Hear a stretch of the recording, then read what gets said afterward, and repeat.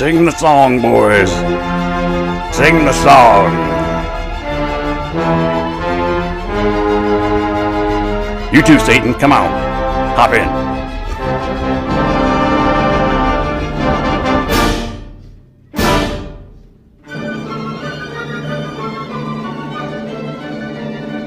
Disney presents Satan.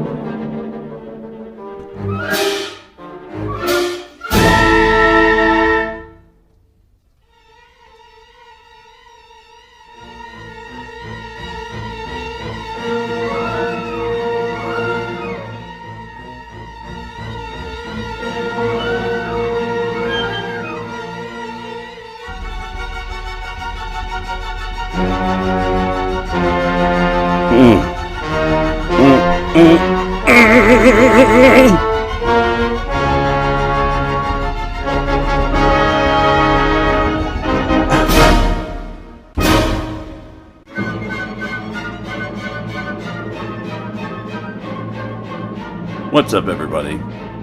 Welcome to Kooks, Cranks, and Iconoclasts. I'm your host, Mike Lucht.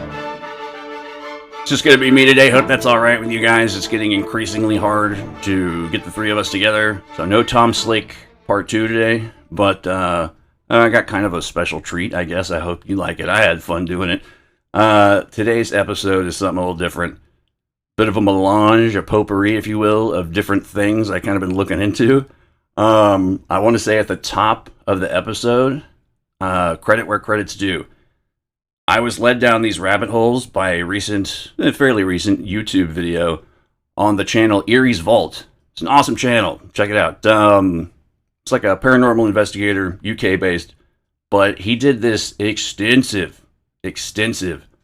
research into various paranormal and cryptid incidents all throughout the UK. And he even plotted them all out on a map with flags and everything. Like, he really put the work in.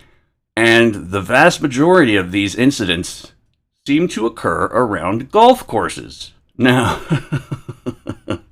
my mind, being the sick little, I don't know, just dustbin of antiquity that it is, I know I'm a few years late to this topic, but made me think of the phrase golf rumors. Now, if you don't know golf rumors, I'll explain in a second, but I thought, wouldn't this be a much more, let's say, wholesome conspiracy behind the golf rumors do not search thing? So for those who are unfamiliar with golf rumors, on many of the Chans and the Reddits and the whatnots, there was, they're still huge all over YouTube, etc. Like the, what do you call them? Conspiracy theory icebergs. Yeah. And one of the entries on these icebergs, a popular one that people were very bewildered by, was golf rumors do not search. So, dollars to donuts, this was just some made-up throwaway bullshit that someone threw out. My mind immediately thought when I heard it, like, all real business is conducted on the golf course or at the bar, which is true. But a lot of people took it and I'll say not unfoundedly, ran with it in the direction of disgusting Illuminati sex ritual horrible shit. So that's golf rumors, basically. There are other ideas behind it, like there's some story about a made-up psychic named Robert Golf and a glass camera to take pictures of heaven. That whole story is utter bullshit. You can't have a glass camera because it defies the laws of physics. Optics don't work. Anyways, I'm not going to get into that. A lot of people have covered golf rumors. I'm kind of coming at it from a different angle. I mean, we're still going to take a look at why people probably thought the way they thought about it, because there is some hanky shit. But this is going to, I don't know, dip in and out of different places. If I had to have an alternative title for this episode, I would call it Typhonian, Texas, or Hometown Horrors, because we're going to get into a bit of true crime from my co-host's hometown of Garland, Texas. Love it or hate it, it's home. And the crowd goes wild. Yay! Mostly hate it. No, it's, it's home. It's got that going for it at least. So, but yeah, I found some stuff that I didn't know about has happened in my hometown. I mean, it's one thing to look up, your local sex offender registry for your neighborhood, which I don't know. I don't really recommend doing. Maybe you should. I don't know. But it's foreknowledge is forearmed, whatever. But yeah, this kind of jumps around in a lot of places and just combines a lot of the stuff I've been looking at in the background of putting together outlines for the next few episodes and just stuff that didn't really have a place to go. So yeah, this is kind of a, I don't know. I'm not quite sure how to describe it. The best way I can put it is that what started off basically is an attempt to redirect the nature of the infamous quote-unquote Gulf rumors meme in relation to the new evidence that's come to light, the new information that's come to light via that Erie's Vault video. Kind of inadvertently turned into a coincidence-riddled dip into the dark Typhonian zeitgeist of Garland, Texas. And the crowd goes wild. Yay! So basically, come along with me on this dark, demented Mr. Toad's wild ride into a mind-bending melange of high strangeness psychogeography. In other words, just humor me for like an hour and a half. There's some interesting shit in here, trust me. And you might think a little different about your own hometown. If you live in a bigger city, chances are you'll have more of this type of stuff happening in the background, but it sort of paints the psychic landscape of what's going on where you're at.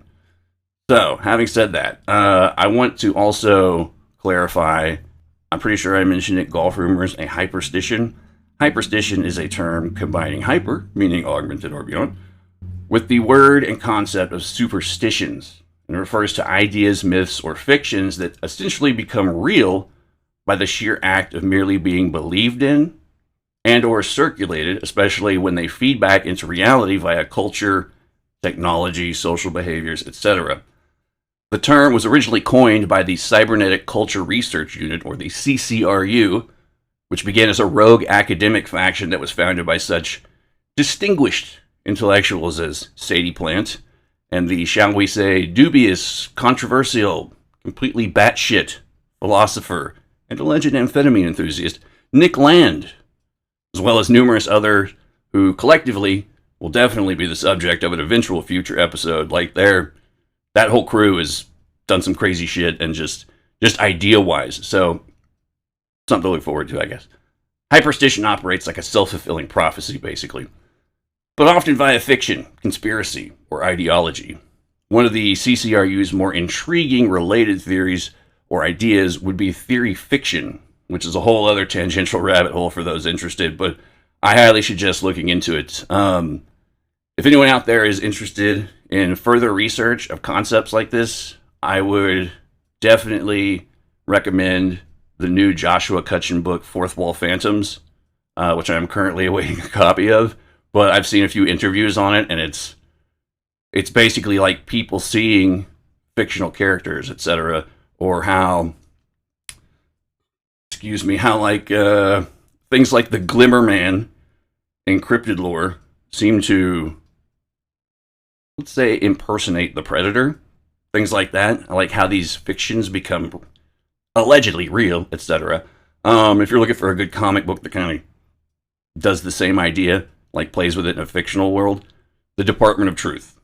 Fucking awesome comic. So, just to give you a few ideas, but better yet, let me give you some examples of hyperstition. Now, one, and some of these are loose-fitting, but some are definite in that wheelhouse. So, John Titor. Titer? Never really got, I've heard his name said billions of ways, but yeah. From time travel message boards, which is the thing, in the early 2000s, there's a man claiming to be a time traveler from 2036 who posted online about a dystopian future and an upcoming civil war. Nah, it's not that bad.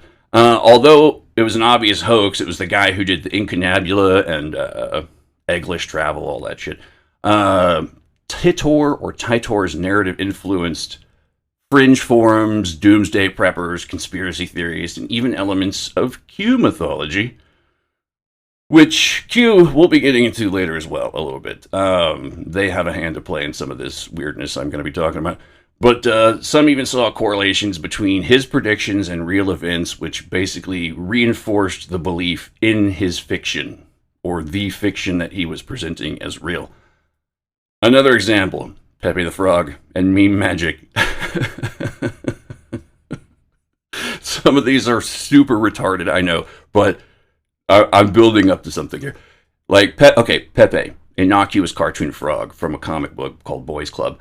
Online subcultures, especially the poll on 4chan, recast Pepe as a symbol of political chaos and invoked meme magic, the idea that memes could influence real-world outcomes, i.e. Trump's 2016 victory. Pepe evolved from a joke to a symbol of a magical internet-based belief system, then real political influence. Things got even weirder when he was later found out to be the Egyptian god of primordial darkness known as Kek. Someone found a toad god from ancient times and just sort of retrofitted it onto Pepe. QAnon, I don't even know if I can say the name. Q, I'm just going to say Q. Please don't strike me down audio formats. A supposed government insider, nicknamed Q, not the guy who makes weapons for James Bond apparently, is leaking classified info onto internet forums, because that's where you do it. The narrative, completely and utterly unverified, spawned a massive movement, influencing elections, triggering violent temper tantrums, and unfortunately even shaping real-world policy debates. This has probably become the Hyperstition par excellence. It's up there. I wouldn't say par excellence. It's definitely in the top 5, but it's an invented myth with tangible political consequences. However, this was specifically by design. This is what separates Q from everything else. We'll retouch on the sinister psychological warfare nature behind Q a little bit down the road. Another example would be Bitcoin as a hyperstition. Bitcoin was described early on as, quote-unquote, magical internet money. The belief in its future value and cultural mythology helped fuel its actual adoption, investment, and legitimacy. Also, essentially the entire functionality of NFTs operates on very much the same base mechanics of hyperstition. The fact that we still don't know who the Takeshi 69, whatever the name of the guy who made or invented Bitcoin, if that was indeed him, one person did it, yeah, it adds to the mystique. So Bitcoin grew from an obscure techno-libertarian idea into a multi-trillion-dollar economic and cultural reality through recursive beliefs and speculation. Another example. This is another one I'm not sure if... I hear people talk about it, and I know a little bit about it, but I think it's kind of a no-no subject now to a degree. We'll see. Roko's Basilisk. This was a thought experiment posted on the Less Wrong website, which, oddly enough, is a rationalist forum, which would later go on to also exert a considerable amount of influence over the origins of the Zizians, oddly enough. From a rationalist forum. Who'd have thunk it? Isn't it ironic, don't you think? Roko's Basilisk is a theoretical future AI that could punish those who didn't help bring it into existence. Despite the, theoretical nature of it, the thought experiment nature of it, the idea disturbed readers so much that it was banned on the forum, and allegedly even resulting in a self-deletion or two. People just went crazy from obsessing over it, allegedly, so I've heard. The myth has since become symbolic of how speculative fictions can have psychological and behavioral effects in the present.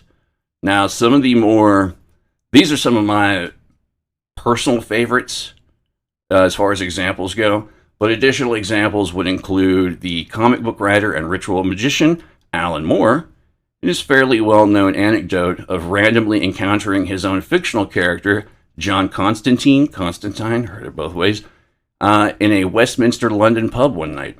And another notable example, one I find quite fitting into the overall theme of what's going to be going on in this episode, long walk off a short tangent, would be the so-called Slender Man stabbing. in which two 12-year-old girls, Anissa Weir and Morgan Geyser, lured their friend Peyton Leutner into the woods and stabbed her 19 times, claiming they were trying to appease the fictional Slender Man character, as well as receiving entry into the sinister space-time shifting Brigadoon-like location dubbed the Slender Mansion. See, he's got all kinds of product placement and accessories. He's got the Malibu Dream House and all that shit, which usually appears deep within wooded areas, allegedly. Leutner survived the attack, thankfully, but the incident led to a national moral panic about the internet and its influence on children. Little did they know so much worse was coming down the road. We'll get to some of that too. Both girls were found not guilty by reasons of mental defect and were sentenced to long terms in psychiatric hospitals. And keep that in mind, that this stuff borders on mental defect. I don't know what else to call it. Some of it's not bad. I mean, some of it, it's not always a bad thing. Or hyperstition can be, used for good as well as evil. There's also pretty much the entirety of the self-help and motivational industry. Books like The Secret, or phrases like fake it till you make it, name it and claim it, that's a big one. Manifest destiny, that's an even bigger one. But essentially the concept behind it all is that you act as if something is true until it becomes true through behavioral feedback loops, or greatly oversimplify an entire complex occult system of theory and practice, you chaos magicked it into reality. I personally prefer the term tulpatronics because I invented it, but this term insinuates the influence of a hidden sinister physics or cryptocracy, if you will, behind the directions of whatever unknown forces or energies may be responsible for such incidents coming to life, so to speak. And we'll touch on that as well throughout this. Now, as I said before, all real business is conducted in either a bar or the golf course. Golf course. I'm gonna golf curse up a storm if I can't start saying words right. This is the first phrase that instantly came to mind when I first heard the term golf rumors. 2017 was the first known recorded appearance or mention of so-called golf rumors as a conspiracy theory or concept in conspiracy theory iceberg charts on Reddit and elsewhere online. From there on, it essentially became, and still is, an entire cottage industry on YouTube. The iceberg charts, that is. The most popular explanation, like I said, it usually has to do with a made-up psychic named Robert Golf and a glass camera. That's bullshit. They say it's a fairly well-known psychic. This is the breakdown of the golf rumors thing that has to do with this guy. It's a fairly well-known psychic named Robert Golf. There is no Robert Golf. Never. He's never been mentioned in a book. Nothing. You can't have a glass camera. It doesn't work. It defies the laws of physics. Dead Rabbit Radio had a pretty good, decent freeform improvisational jazz conspiracy theory behind golf rumors, which was pretty creative. He also kind of covers the whole gamut of things. And since he is so thoroughly on it, explaining it to a just bang up degree, I'm going to include a quick video by him in the show notes so you can kind of look further into this. But I also found what is called a backronym for golf. Gentlemen only, ladies forbidden. And that kind of resulted from the male-dominated and exclusionary nature of golf. However, the fact that people took golf rumors and ran with it in the direction they did is not unfounded. And I'm going to give you some examples of exactly why that is. There does seem to be an inordinate number of murdered female golfers, though obviously one is too many, because ladies can do stuff now. But their names are, or were, Marion Miley, Erica Blasberg, Celia Barkin Arozamina, I think I said that right, and Suzanne Cherry. While not all meeting their tragic and often violent deaths as a direct result of being a female golfer, their deaths are ensconced in the fact that they are female golfers, basically. Let me break it down like this. First off, Marion Miley was a celebrated American amateur golfer in the 1930s, renowned for her exceptional talent and captivating presence. Born on February 18, 1914 in Philadelphia, she rose to prominence by winning numerous amateur tournaments and was ranked as high as number 1 in the United States. Her charisma and skill brought significant attention to women's golf during an era when professional opportunities for female golfers were very limited. Tragically, on September 28, 1941, at the age of 27, part of that infamous club, Marion and her mother, Elsie, were attacked during a robbery at the Lexington Country Club in Kentucky. Country clubs are going to play a role in this weird little walk, weird little bass line strum that we're doing down the street in Beatnikville. That's where they resided. They lived at the country club. Marion was fatally shot, and Elsie succumbed to her injuries a few days later. The crime shocked the nation, leading to the swift arrest and execution of the three perpetrators. Marion Miley's untimely death was a significant loss to the sports world, cutting short the life of a promising athlete who'd already achieved remarkable success. Now, this next one is the one that you will hear the most in confluence with Golf Rumors Do Not Search. And that is Erica Blasberg. And as I'm getting into these stories of these female golfers, once again, I'm building up the you can see why people took the phrase Golf Rumors Do Not Search and ran the way they did with it. So keep that in mind. Erica Blasberg was a promising American professional golfer whose life and career were tragically cut short in 2010. Born on July 14, 1984 in Orange, California, she rose to prominence as a top-ranked collegiate golfer at the University of Arizona before turning professional in 2004. On May 9, 2010, Blasberg was found deceased in her home in Henderson, Nevada. She was discovered with a plastic bag over her head, and toxic levels of prescription medications were present in her system, including anti-anxiety drugs, painkillers, and sleep aids. The Clark County Coroner's Office ruled her death a suicide by asphyxia, compounded by the drug toxicity.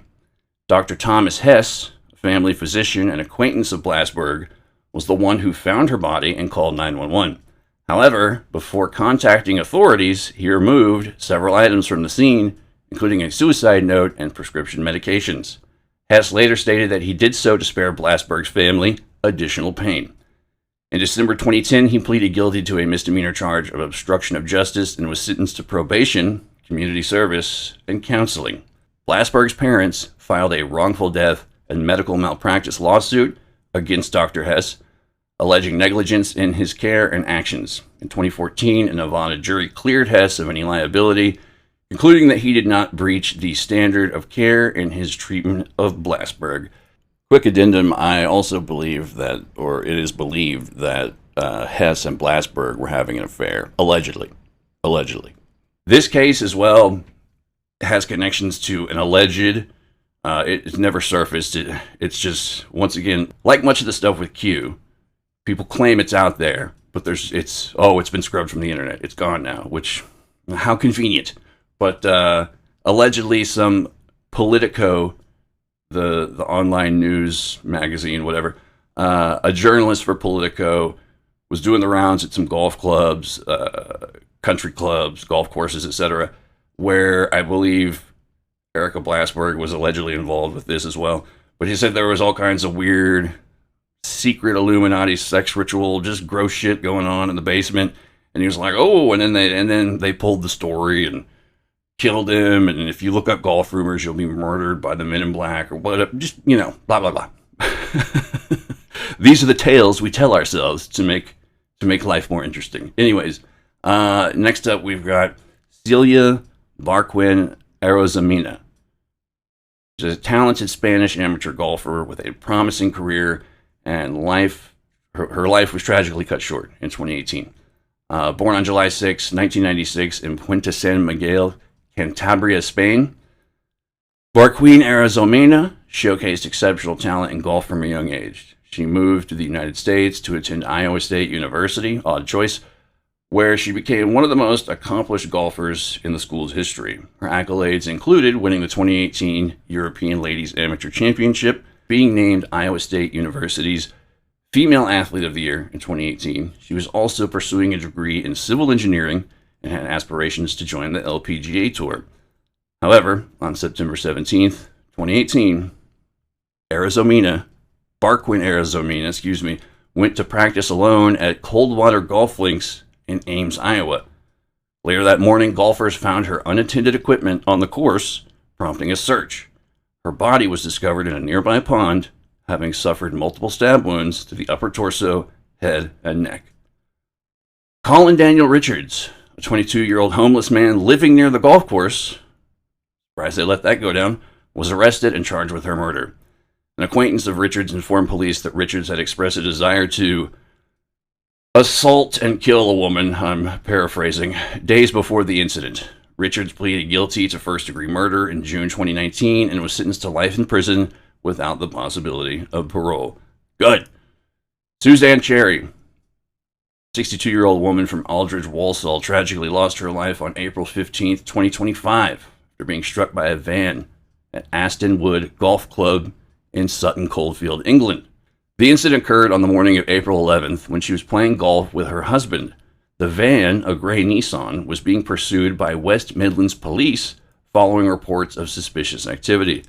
The pursuit ended when the van veered off the road and entered the golf course, fatally hitting Cherry. Cherry sustained severe injuries and was airlifted to the hospital, where she succumbed to her injuries 4 days later.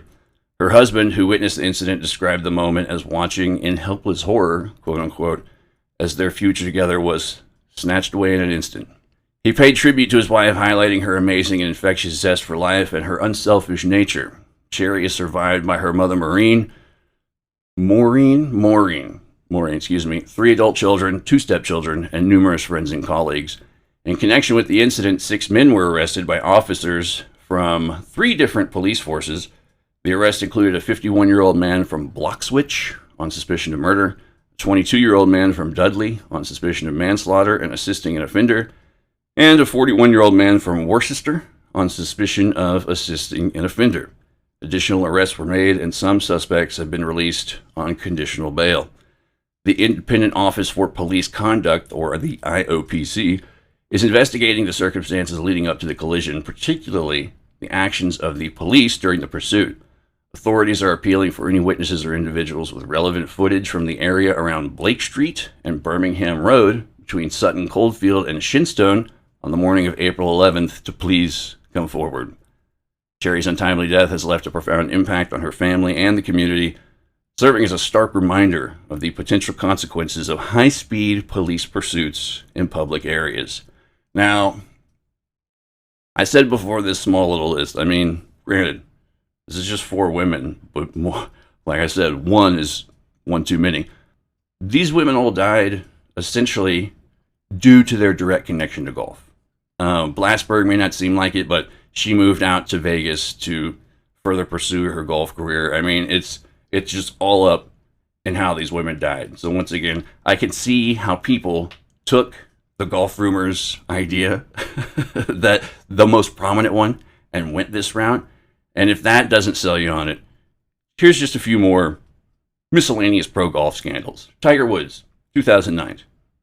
Tiger Woods' personal life unraveled following a car accident outside his Florida home. Subsequent revelations exposed multiple extramarital affairs, beginning with the nightclub manager, Rachel Uchitel. Over a dozen women came forward, leading Woods to publicly apologize and undergo treatment for sex addiction. The scandal resulted in the loss of major sponsorships and a significant decline in his public image and professional performance. Allegedly, this was all secretly orchestrated in order to prevent any potential discovery of vaguely satanic pseudo-Illuminati psychosexual ritual murders, or whatever it is these people are supposed to get up to in their spare time. Then you have Dustin Johnson. In 2014, Dustin Johnson faced allegations of engaging in affairs with the wives of fellow PGA Tour players. Oh, Dustin! Additionally, reports surfaced of Johnson failing multiple drug tests for cocaine and marijuana. He's a golfer. Who gives a shit? He took a voluntary leave of absence from the PGA Tour to address quote-unquote personal challenges, though the PGA Tour stated he was not under suspension. There's the LPGA player and caddy affair. An LPGA Tour player was involved in a scandal. Sorry. This is golf. It's like the goofiest, like, checkered pants, Tommy Bahama shirt, just game ever, and it's, like, riddled with this shit. An LPGA Tour player was involved in a scandal where she hired a caddy 11 years her junior. They developed a relationship, and she became pregnant, with the caddy believed to be the father. The caddy, emotionally distressed, pursued legal action against the player, bringing the affair to public attention. Then there's Daniel Mulvey with his caddy's inappropriate conduct. In 2025, Daniel Mulvey, a 35-year-old professional golf caddy, pleaded guilty to sending explicit messages and images to a 14-year-old girl he met at a music festival. Good job, caddy boy. Despite initially claiming to be 24, he continued the inappropriate communication after learning her true age. The incident led to legal proceedings and calls for his professional disqualification. Even the caddies are getting in on the act. Then we've got the Clark's Beach Golf Club incident. In late 2024, a couple was photographed engaging in sexual activity on the 16th hole. We sure about that number? Of Clark's Beach Golf Club in New Zealand. The image went viral on social media, prompting the club to acknowledge the incident publicly. While no legal action was taken, the event brought unexpected attention to the club. I would say that's probably, no news is, or any publicity is good publicity. I would say that's good publicity. So, whatever. So, as you see, in the context of any potentially perverse, pseudo-ritualistic sick shit of conspiracy theories supposedly unfolding in the background, it certainly does lend itself to something fucked up secretly occurring across golf courses around the world. Depending on how grandiose your own particular perverse little imagination's tailor-made conspiracy theory, adhering to the simple throwaway phrase, golf rumors do not search, tends to kick into overdrive. It's all up to you. Create your own adventure. I'd like to take a little side trip, if you'll let me, into a few specific examples of weird, I know this is jumping around, bear with me, few specific examples of weird and or violent crimes that have occurred in my own hometown of Garland, Texas. And the crowd goes wild. Yay! I think the specific instances of connective tissues to the overall theme of this episode should present themselves as self-evident eventually. I mean, once you reach the end, everything will be tied up with a neat little bow, sort of. One caveat, there's a small dose of speculative historical fiction included in one of these. I think the first one. And another caveat, I'm going to try really hard not to editorialize on some of these crimes because a couple of them literally and figuratively hit close to home. But these are like some of the worst that have occurred here. So, and not all necessarily super bad. Like some is just weird, but you'll see. So first off, I'll hit you we'll ease into it. I'll hit you with the weird one first, okay? 1997. The Taiwanese UFO doomsday cult known as Chen Tao, aka True Way, aka God Salvation Church, aka God Saves the Earth Flying Saucer Foundation, relocated from Taiwan, first to San Dimas, California, home of the most excellent Bill and Ted of the legendary world-changing rock band Wild Stallings. That's how it's spelled. And then moved from there to here, Garland, Texas.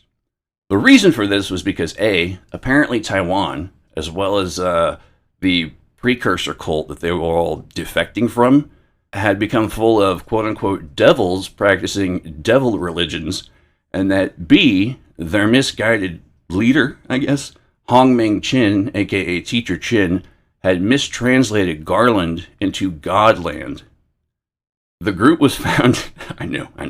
The group was founded in 1996 as a splinter sect from what was undoubtedly a vastly different wacky belief system. Unfortunately for these true believers, the original group became all about the money and not the message. Teacher Chin and his merry band of defectors left the aforementioned group in order to form the Soul Light Resurgence Association, which sounds like an awesome funk band, who all wore entirely white clothes and outfits along with white cowboy hats. Always.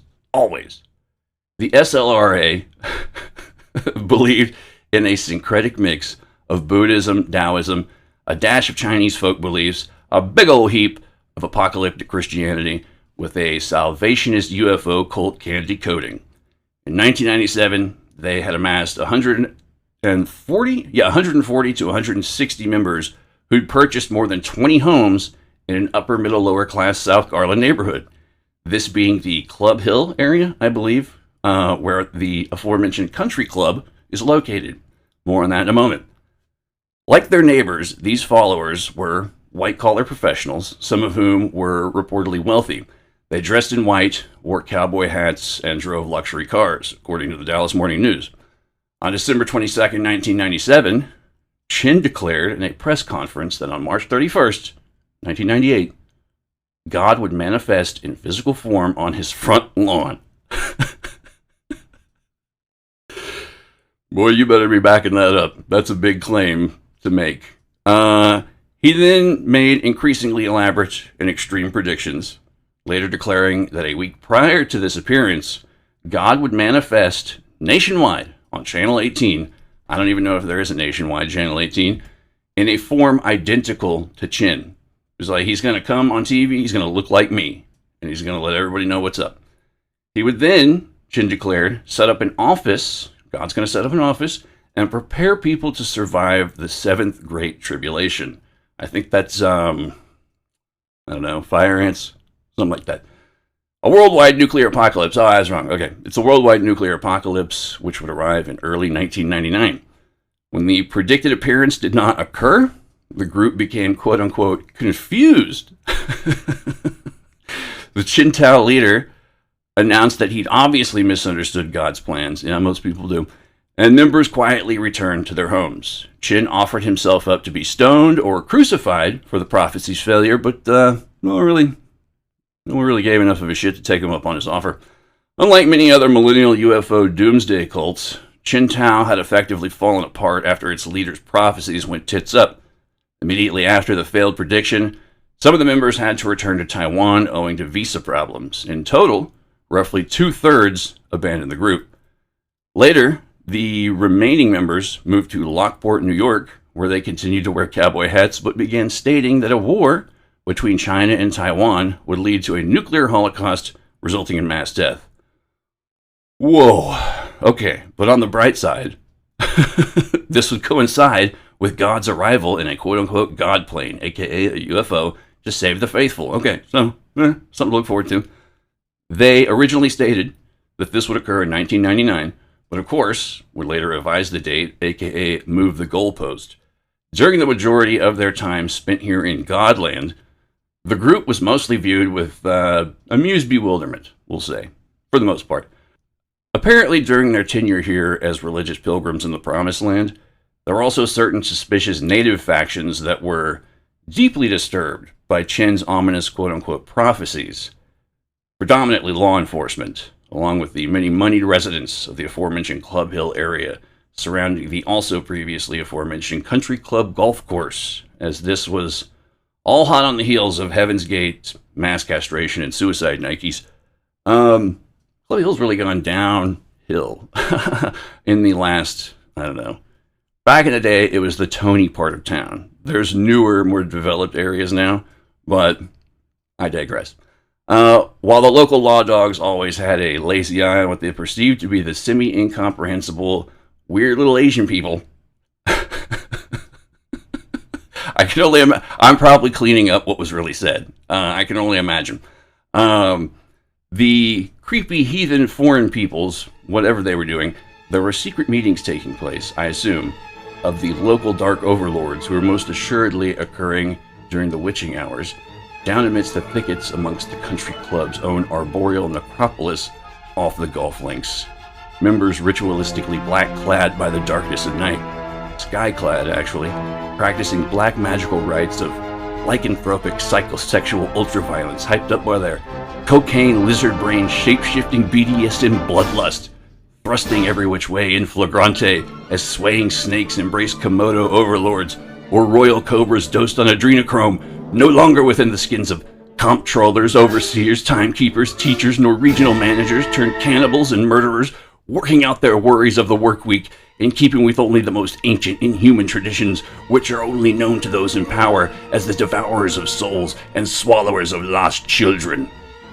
Maybe, probably, I don't know.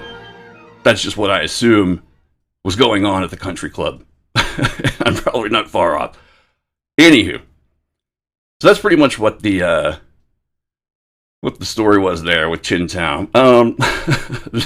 They moved away, like all good doomsday cults. You know, they just you can't put a specific date on it. You got to learn from the masters.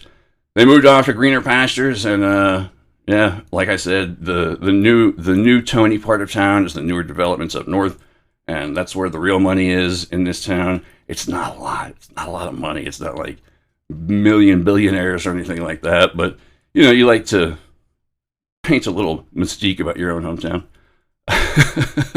Anyways, the entire situation was, without a doubt, like just a ridiculous spectacle, and the local news outlets absolutely latched onto it like a lamprey. The media's reaction wasn't entirely unexpected. It's just about fuck all ever really happens here, within the shitty limits of Garland, my hometown. And the crowd goes wild. Yay! But here's a few things that did happen throughout the history of Garland. Things are going to get a little darker here. There was the serial / spree killer / piece of shit Daniel Hiddle, who on November 15th, 1989, while still on probation for the 1973 murder of his adoptive parents in Motley, Minnesota. God, what? How did he get? I just don't. Okay, whatever. He would go on a 20-gauge shotgun killing spree, which resulted in the deaths of one Garland police officer, Mr. Gerald Ray Walker, who pulled him over for speeding, as well as his suspected drug dealer, 39-year-old Mary Goss, who earlier that night kicked him out of a party at her house, thus instigating his rampage. It's always the stupidest shit. I know it's like a buildup of several things. It's not just the one thing, but like it's always they're out of my favorite Slurpee flavor. So, anyways, also murdered at the Goss residence were two of her friends, 36-year-old Richard Joseph Cook and 19-year-old Raymond Scott Gregg. He then noticed Goss's 4-year-old daughter, Christy Condon, and after reloading his shotgun with new ammunition, he proceeded to shoot her in the face.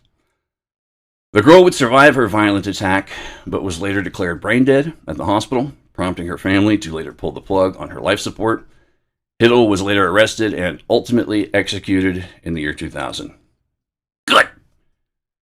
There's also the May 3rd, 2015 incident. This is just special. I just had to include this one. May 3rd, 2015, incident dubbed the Curtis Colwell Center attack, in which an Islamic extremist baiting Draw Muhammed Contest was organized by the so-called American Freedom Defense Initiative, which is yet another innocuous-sounding name of a devious organization. They're also known as the SIOA, or Stop Islamization? Islamization? Is it? Stop Islamization of America. They are an extremist far-right, anti-Muslim, pro-Israeli hate group. It was during this event, quote-unquote, that two alleged members of the terrorist organization ISIL, according to later reports, they were actually found out to merely be inspired by ISIL. Okay, I thought it was maybe the shitty mockery of their religion that maybe riled them all up, but that's what the papers say. Anyways, they engaged in a shootout in which one security officer was shot in the ankle, and the two perpetrators were, according to Wikipedia, shot by an off-duty Garland police officer and killed by SWAT. I'm not quite sure what that sentence means.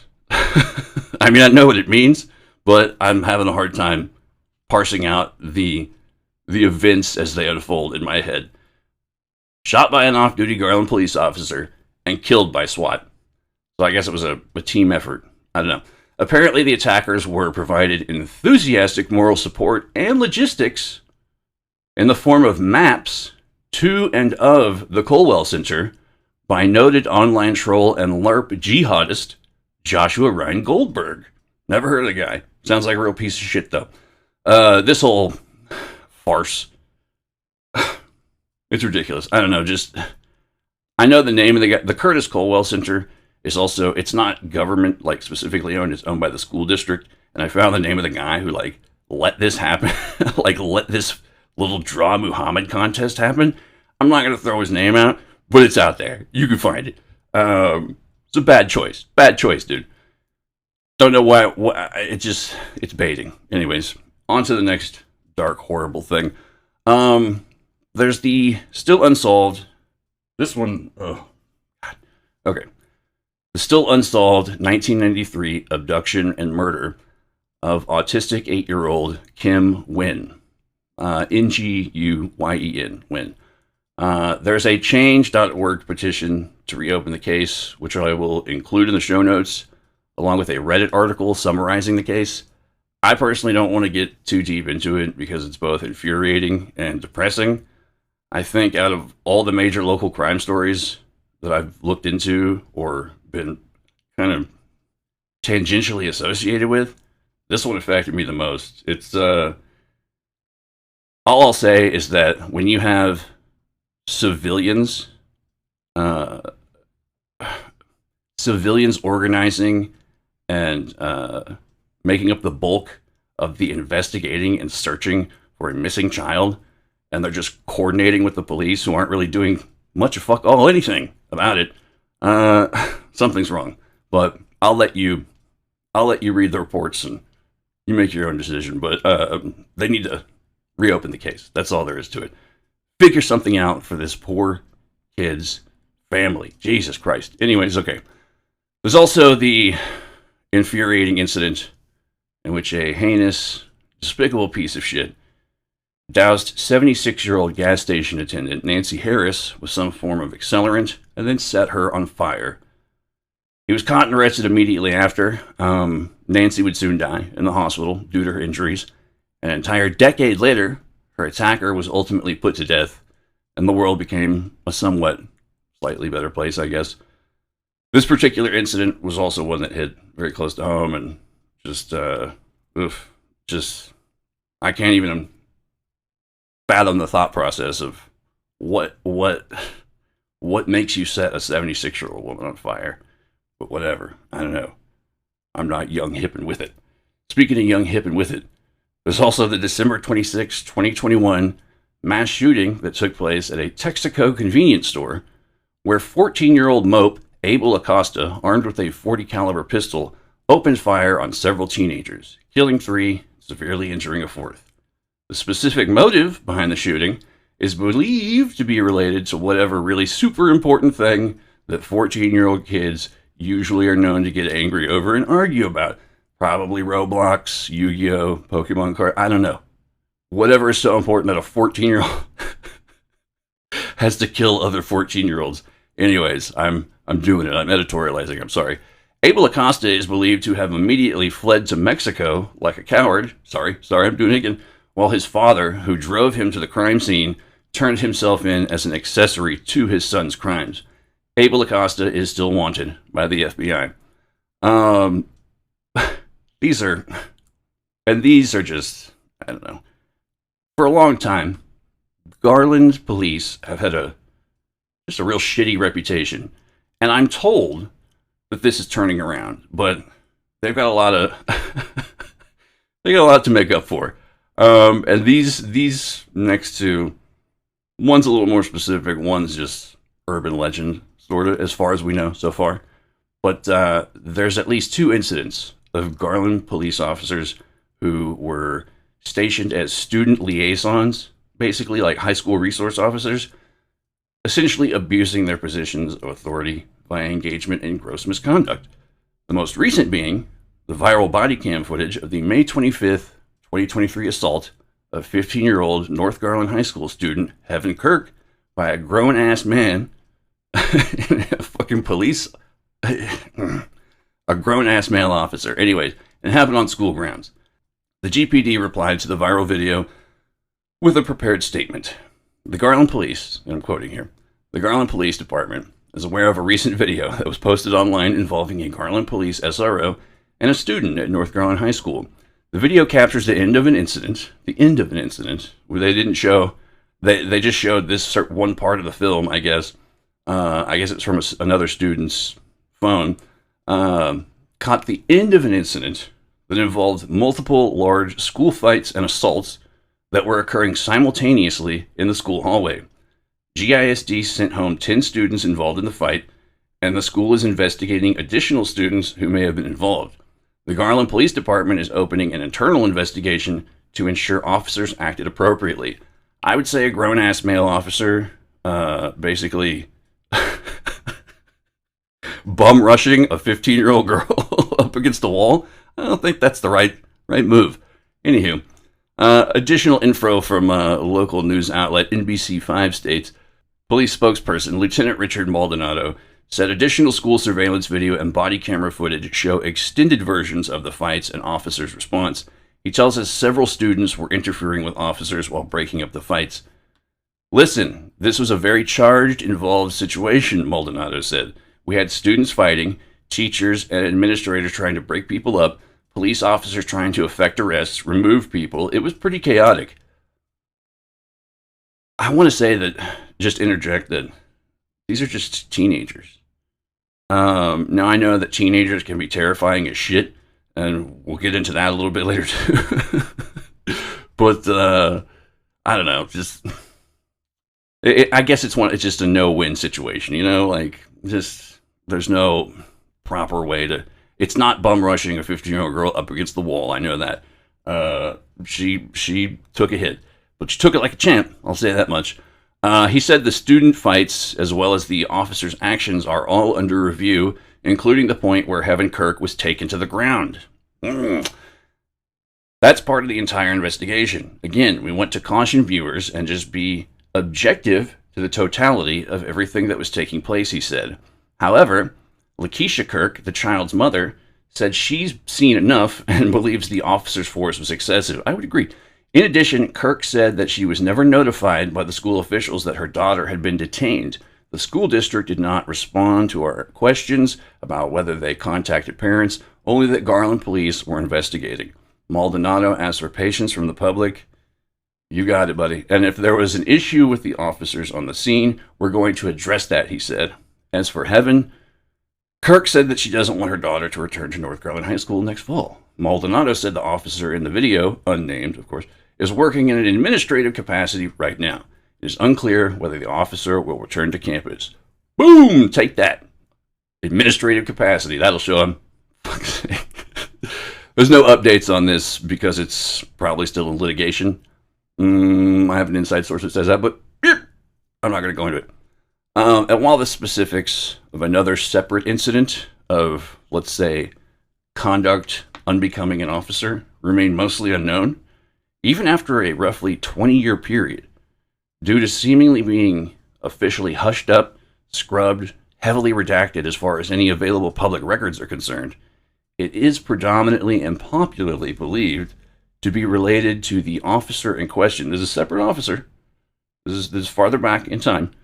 The officer in question's alleged engagement in inappropriate and sexually offensive behavior. It's a school resource officer. I'm not saying it was with a student. Don't know. These are the rumors and innuendo. So I'm not naming names here.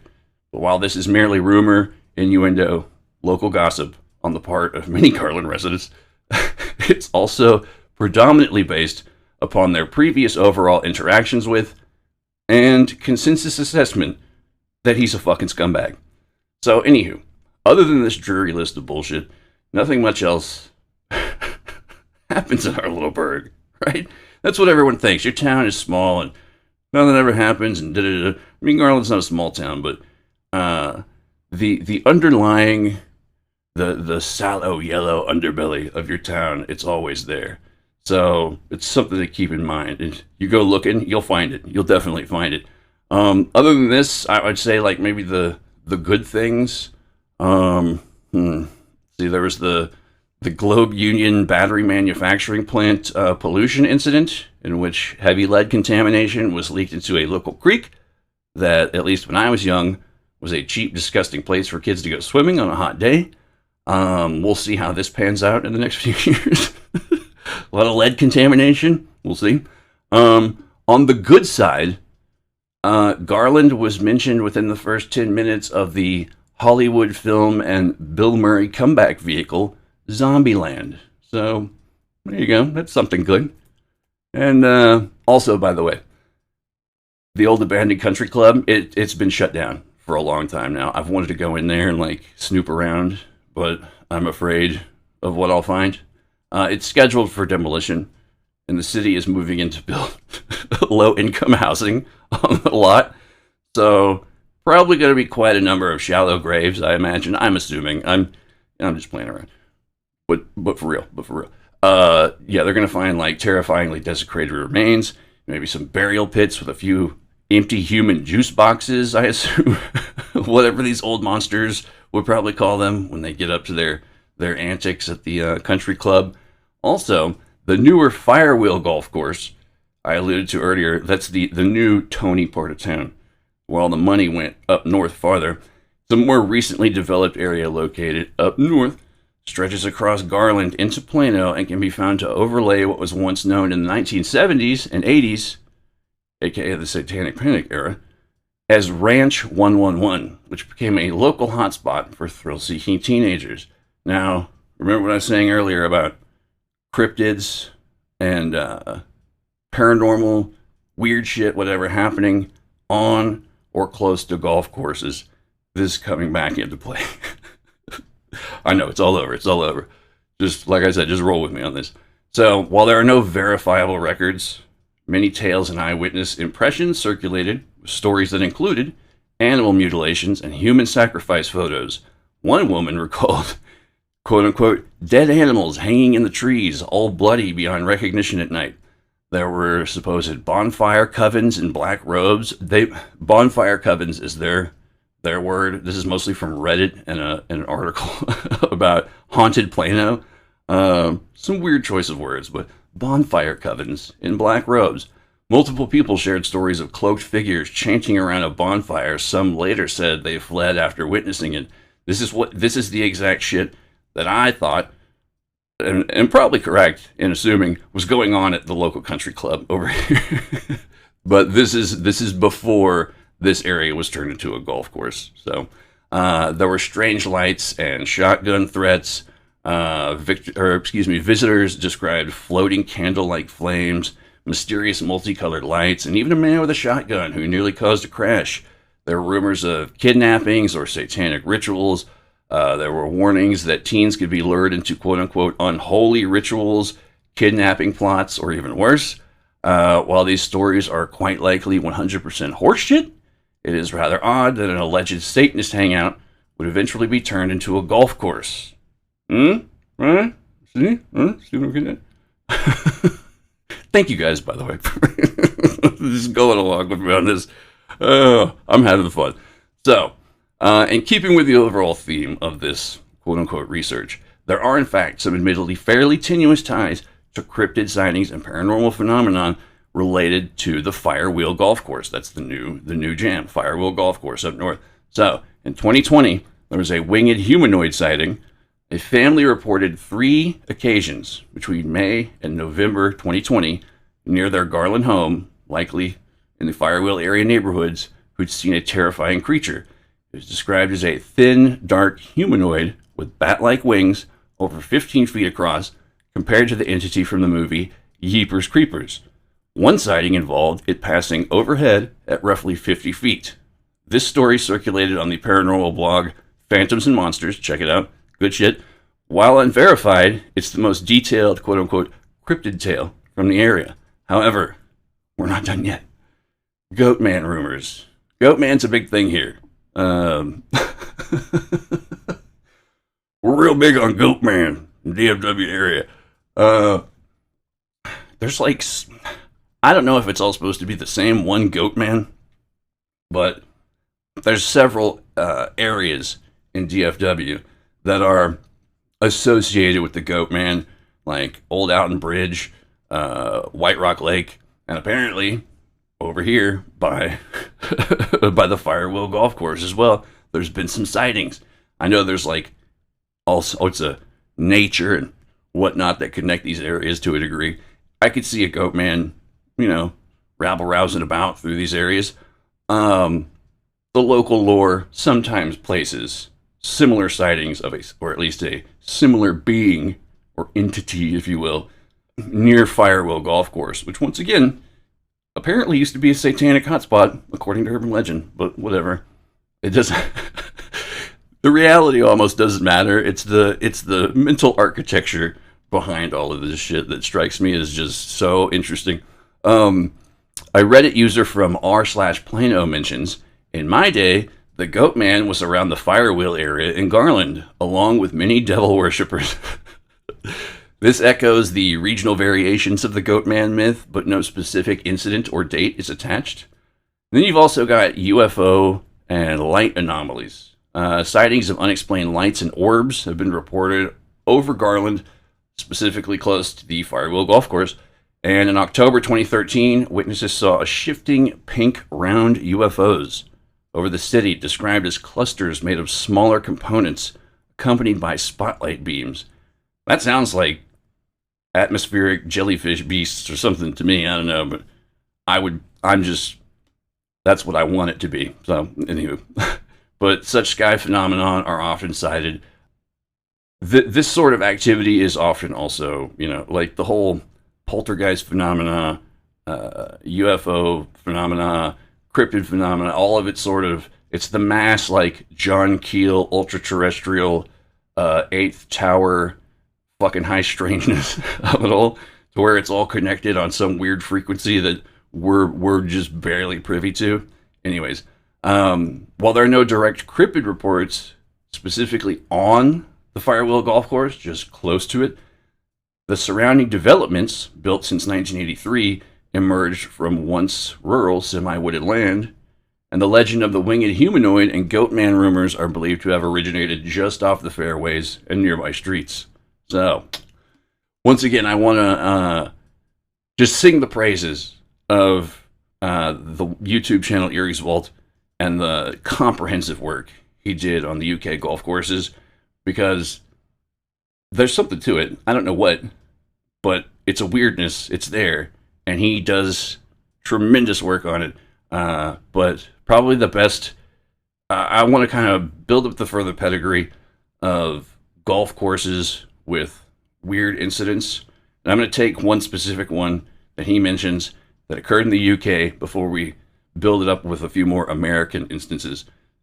Probably the best known incident of a weird encounter with the otherness on a golf course would be Sam the Sandown Clown. This occurred on Shanklin and Sandown Golf Club in the Isle of Wight in May of 1973. Two children, a girl named Faye and an unnamed boy, were playing near Lake Common between the Shanklin and Sandown Golf Club and the Sandown Airport on the Isle of Wight. They heard a strange siren-like wailing noise and followed it, leading them to an encounter with a bizarre, robo-ghost clown-like entity who called itself Sam, or All Colors Sam. The entity was tall, had a pale face, and wore a one-piece suit with a tunic. It communicated with the children in a mechanical-sounding voice and claimed to be from a different world. The encounter lasted about half an hour before the children returned home. He had some kind of like weird little, I won't say spaceship, but some kind of mobile home, mobile home from another dimension that they like came into and hung out with him for a while. It's a very weird story. A lot of people have covered it very extensively. Look into it if you're interested. But this is sort of just setting precedent, because the same holds true to a degree, at least at first glance, for America as well. Several reports claim, we've already seen the Firewheel Golf Course, so several reports claim cryptid sightings near golf courses, including alligators and other large animals. One notable example is the Elvis gator. This has got to be Florida. A large alligator known to frequent golf courses on MacDill Air Force Base in, Florida. Okay. Golf courses near Air Force bases. Also quite interesting. Another monster, we'll come back to that. That's a little throwaway phrase, but another monster gator, nicknamed Chubbs, that's cute, is a regular at the Buffalo Creek Golf Course in Palmetto, Florida. Boy, Florida. Florida man, Florida gator. These gators, along with other cryptids like the Autine Swamp Thing and Bigfoot, are often reported in areas near or around golf courses. Here's some more. Bigfoot sighting, Horizon City Golf Course, Texas, 1975. In 1975, 3 teenagers reported encountering a 7 to 8 foot tall, gorilla-like creature near the Horizon City Golf Course in El Paso, Texas. The creature had broad shoulders, an elongated head, and short, faded brownish maroon hair. That sounds beautiful. Its mouth resembled that of a bulldog, and some accounts mentioned glowing red eyes. Former El Paso County Sheriff's Deputy Bill Rutherford investigated the sighting and, while initially skeptical, couldn't dismiss the possibility of something extraordinary occurring in the area. Hey, that's more than most people would give somebody in fucking 1975 with a with a Bigfoot or UFO story. Here's another one. Dogman on the Fairway. This is a podcast, or mentioned on a podcast. In a 2025 episode of the Cryptid Podcast, a guest named John recounted a chilling late-night encounter near a golf course. While walking alone, he noticed a large bipedal canine creature observing him from the tree line. The creature had glowing eyes and an imposing presence, leaving John deeply unsettled. This account adds to the growing number of Dogman sightings reported across North America.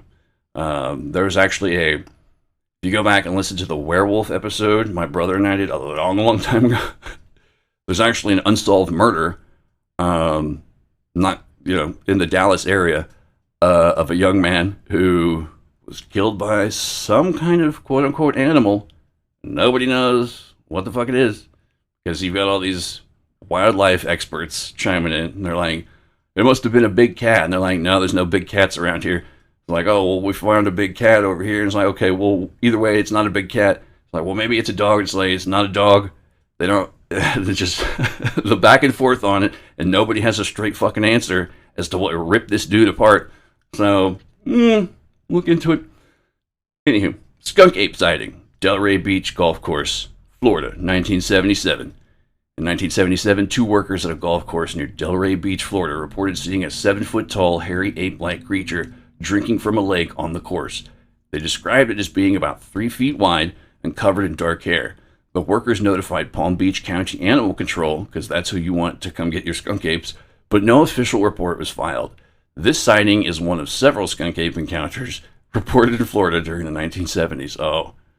Oh, they're rising in number. Mothman sighting, Mason County Golf Course, West Virginia. I believe this is what the golf course from Caddyshack was called after Jackie Mason purchased it. That's a dumb joke, excuse me. Sorry, that's for the older folks in the audience. On November 27th, 1966, 18-year-old Connie Carpenter was driving past the Mason County Golf Course near New Haven, West Virginia, when she saw a large, gray, man-like figure with glowing eyes. The creature unfolded 10-foot wings and flew directly at her car before veering off and disappearing. Following the encounter, Connie experienced eye irritation for 2 weeks. What is it called? Conjunctivitis. Got the conjunctivitis. This sighting is among the earliest and most detailed accounts of the Mothman phenomenon. And we've got another Bigfoot encounter. Skeene Valley Country Club, New York, 1975. In 1975, Cliff Sparks, the owner of Skeene Valley Country Club in Whitehall, New York, reported seeing a tall, hairy, man-like creature with glowing red eyes on the first hole of the golf course. He's just trying to fucking tee up, dude. Come on. The creature appeared to be more interested in Sparks' dog than in him, and the dog became unusually subdued in its presence. Apparently, dogs and Bigfoots don't get along. It's a sad, sad story, because that's like two animals you want to be best buds, but I guess not. Following the sighting, Sparks incorporated Bigfoot's image into the club's logo, and a 7-foot-tall statue of the creature now stands near the first hole. That's what you do. You capitalize on that shit. And then finally, as far as our experiences go, as far as our quick run-through of a few examples go, we've got the Headless Horseman legend of Galloping Hill Golf Course, New Jersey. I'm sure the Mafia is related in some way. Gotta be, right? Guy from Jersey? No. Galloping Hill Golf Course in Kenilworth, New Jersey, is associated with the legend of a headless Hessian horseman, say that 3 times fast, said to roam the links. According to the Federal Writers Project WPA Guide, 1939, the area was named Galloping Hill due to British military dispatch riders who galloped on the road during the American Revolutionary War. Hey, freedom. Some ghost hunters suggest that stories of the Galloping Hill Headless Horseman may have inspired Washington Irving's The Legend of Sleepy Hollow. How about that? There's some literature in there as well. Why not? So, all right. What does this all mean? I don't know. but still follow along with me, because once again I'm having fun, and this is just a wacky grab bag of various information. But I want to come back to conspiracy theory hyperstition and look at the recent example of what we'll call Q and satanic panic narratives coinciding with the rise of, let's say, pseudo-satanic and occult-themed, sexually predatory or exploitative individuals online who are targeting minors. I know this took a dark left turn, but bear with me here, because I think there's something, there's a weird connective tissue to all this, and I'm still putting it together. But once again, let's roll. Just roll with me. So there's a group online, perhaps you've heard of them, called the 764 Cult, or COM, or Maniac, or all their little side groups with their jolly fun pirate nicknames. If I had to subhead this, it would be called Don't Let Your Left Hand Know What Your Right's Doing. So let's take a quick look at QAnon. The rise of Q was engineered.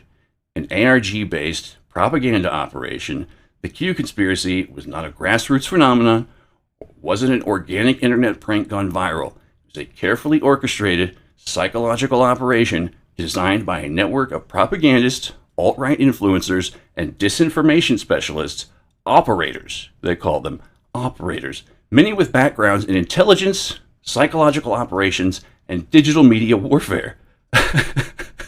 I'm serious. I know, it's funny to laugh at now, but, oh God.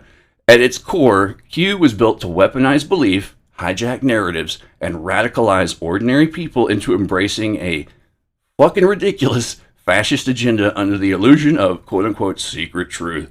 Oh, only when people as super smart as me will see through all the bullshit. You know the joke. Anyways, the architects of this, Michael Flynn, what's this other guy? Steve, I think the most ironic way to pronounce this name is Peachnik or Peachnik, but Steve Peachnik, Robert David Steele, Roger Stone. These guys are the architects of this shit, okay? Most of QAnon's DNA traces back to a constellation of figures involved in disinformation and influence campaigns. Once again, General Michael Flynn, Steve Peachnik, a former intelligence officer turned conspiracy peddler, the infamous Roger Stone, and Robert David Steele, ex-CIA. These men were deeply connected to the broader alt-right media sphere and shared a track record of manipulating public perception through psychological tactics. Steve Peachnik, or however you fucking say it, in particular, was known for mixing fiction with plausible-sounding intelligence claims, pioneering a format that would heavily influence the structure of the Q drops. His past included crafting false narratives during CIA operations and promoting game-like conspiracy arcs online. Together with Stone and Steele, which sounds like a 1970s NBC sitcom about a married husband and wife detective, he helped create an infrastructure that thrived on ambiguity, paranoia, and the illusion of hidden knowledge. I also find it very strange that one of the promoters of the whole Q narrative was Paul Vallely, the man who co-authored or commissioned the authorship of Mind War by Michael Aquino, the man who worked for him. And Michael Aquino is often shown as the base boogeyman of the whole Q narrative. I'm not saying he didn't do bad shit. I don't know. He seems like a dork to me. He's like Eddie Munster all grown up. But anyways, that's neither here nor there. The Eddie Munster part, the Paul Vallely part, it's very important. Paul Vallely was the man who commissioned Michael Aquino to write Mind War, From Psyop to Victory, or whatever the fuck its shitty subtitle is. It's one of the basic founding instruction manuals, I guess, for how to be a piece of shit. Anyway, Q functioned like an alternate reality game, or ARG, pulling people into an interactive mystery that rewarded participation with perceived secret knowledge. The technique exploited a phenomenon called apophenia, the human tendency to see meaningful patterns in random data. A lot of people say pareidolia. Pareidolia is very specific. It's about images and faces and shit like that. Apophenia is the wide-ranging, is like, oh, all the letters in the first column of the newspaper spell something to me because I have a beautiful mind. Anyways, what Glenn Beck does, tries to sell is making sense sometimes. I don't know. That's the quick Glenn Beck gist of what I've seen him do, at least. Anyways, by mixing cryptic posts or Q drops, pseudo-intellectual riddles, and real-world events, the operators created a participatory fiction with real-world consequences. Not to mention alleged videos of ritualistic Hillary Clinton shenanigans that no one ever saw. No one, because they don't exist. Not to mention the outright, let's say, quote-unquote, creative interpretation, i.e. bullshit extraction of regular news stories and code words. I'm sorry, I'm still incensed about the whole thing. I'll get over it as soon as I can just dump all this out. This was basically a modern-day Nostradamus hustle. It's a psychological con where vague predictions are retrofitted to real events, giving the illusion of foresight and truth. It made people feel chosen, it made them feel heroic, and uniquely awake to the hidden war, quote-unquote, being waged against evil, quote-unquote. The campaign relied on a vast media and influence ecosystem. WikiLeaks, Russian GRU fronts like Gucci for 2.0, and Fancy Bear, alt-right websites, botnets, and meme farms all worked in concert. 4chan and Reddit seeded narratives. InfoWars and Hannity mainstreamed them. But a key element was the repurposing of spiritual and wellness platforms, yep, even the hippies got in on it, like Stillness in the Storm and Collective Evolution, used to reach non-traditional audience, new age communities, soccer moms, and influencers who wouldn't typically support Trump. Lisa Clapier, I believe that's how you say her name, the founder of the Gaia channel, oddly enough, check it out on YouTube if you're interested, affiliated with the Julian Assange support movement, aka hashtag Unity4J, was central to the spiritual pipeline. She ran a fake quote-unquote anonymous account and controlled media properties targeting these audiences. Individuals like Thomas Schoenberger and Manuel Chavez III, aka Defango, linked to Cicada 3301, were also implicated in hijacking online puzzle communities to radicalize participants and test mass manipulation techniques. The Q drops served as a gamified radicalization tool. Participants decoded cryptic messages, spun vast webs of theories, and became self-reinforcing nodes in the conspiracy. The promise was that Trump was secretly leading a battle against a satanic cabal of elites and mythology that merged evangelical zeal with political extremism. Oh my God. The bullshit is astonishing. Even when the theories became increasingly absurd, tunnels under pizza restaurants, adrenochrome harvesting, JFK Jr. faking his death, believers doubled down every time. QAnon was able to simultaneously inspire feelings of righteous mission and deep mistrust of institutions, isolating believers from family reality and critical thinking. This was never a prank. It was a strategic influence campaign designed to build unwavering support for Trump and frame the progressive movement as a front for evil. It culminated in the January 6th Capitol insurrection, aka Temper Tantrum Meltdown Bullshit City, an event long predicted by those monitoring Q-linked activity and Pentagon staffing movements. Key figures like Acting Defense Secretary Chris Miller and Mike Flynn's brother were involved in decisions that neutered the National Guard response that day. The campaign's brilliance lay in its plausible deniability. Because the Q drops were anonymous, they could be dismissed as fringe nonsense, but the effects were real, coordinated, and devastating. QAnon did not exist in a vacuum. It paralleled similar authoritarian disinformation campaigns in Russia, India, the Philippines, Brazil, and the UK. Figures like Bannon, the Kochs, the Mercers, and Rupert Murdoch continue to fund and facilitate propaganda efforts that distort reality to push regressive, often fascist ideologies. And that's why you gotta listen to podcasts. That's why you gotta listen to podcasts, because it's truth.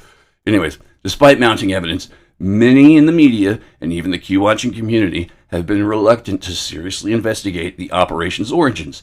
Individuals like Thomas Schoenberger have managed to shape the narrative, infiltrate watchdog spaces, and maintain a position of influence, all while using smear campaigns and chaos strategies owned in reputation management businesses. Deprogramming Q followers requires compassion, understanding, and a metric fuck ton of tolerance. But it must be paired with a firm commitment to exposing those responsible.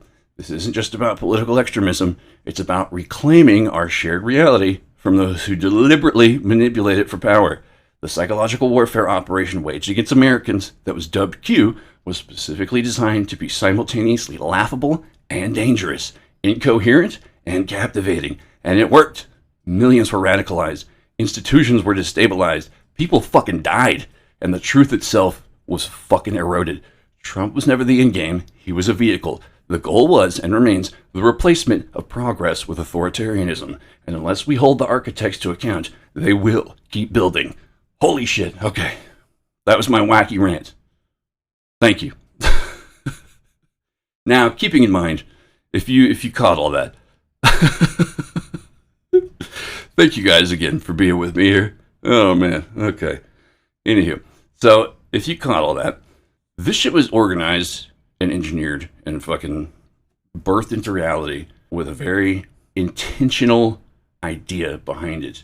And now, looking at things like the history of the United States and stuff like COINTELPRO, Operation Chaos, I mean, we've been here before. And we survived. America survived, you know. So I'm not worried about that.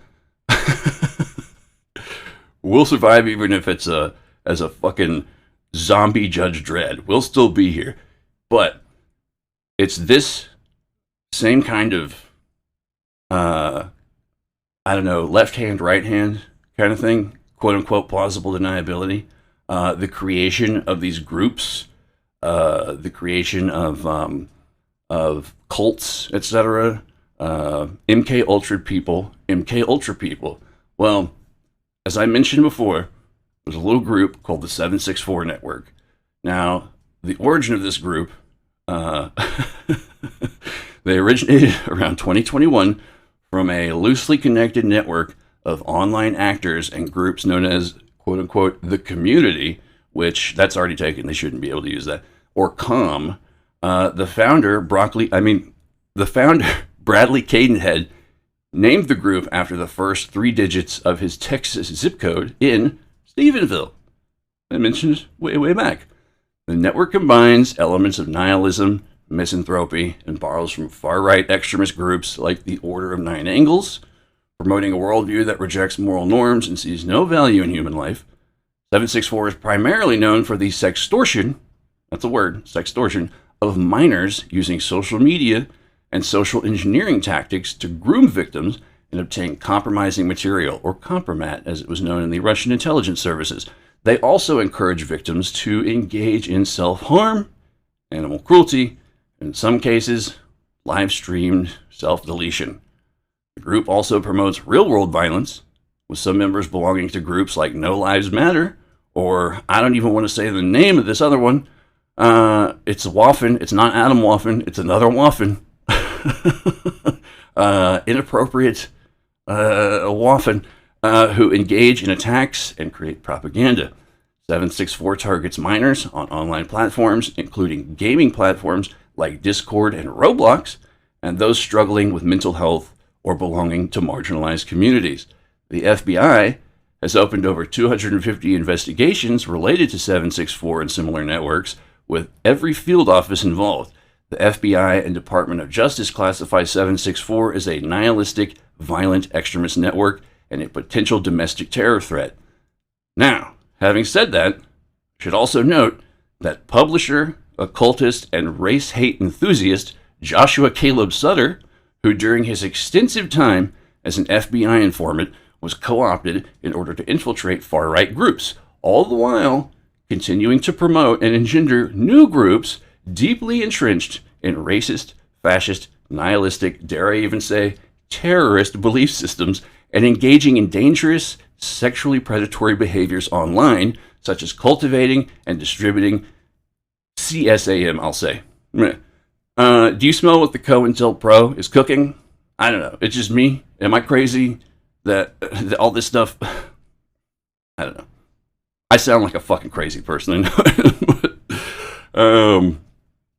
I just had to lace that all up. I'm going through it too. Like I'm putting this together just as you're hearing it to a degree. So just once again, thank you guys for being here. I really appreciate it. This is probably my most unhinged episode I've done in a long time. There is one more connection to the golf rumors tangent that I kind of want to go back to. There are a lot of online theorists who talk about the golf rumors thing and how golf courses are actually found to be very close to defense contractors, aeronautics and aerospace companies, etc. And man, I'm just saying this is just a partial list of my own hometown. I knew some of this, but the whole list, the entire list, is too much to go into. But this is just some people who are located here and do business here and have sterling reputations. Northrop Grumman, L3 Harris, Raytheon, CACI International, General Dynamics Mission Systems, General Dynamics Ordnance and Tactical Systems, Micropack Industries, and over in Fort Worth, we've got Lockheed Martin. In early 2008, the small town of Stephenville, where that broccoli head kid started, 764, whatever it's fucking called. This is a tangent, but I just thought it was interesting.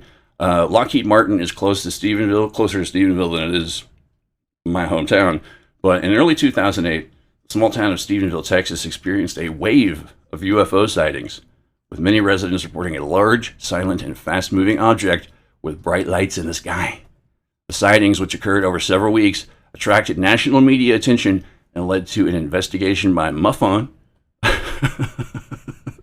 Sorry guys, MUFON, a UFO research organization, if you didn't know.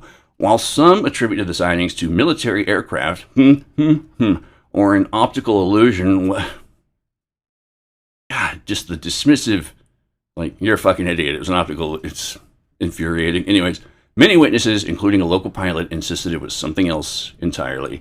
Here's a more detailed breakdown.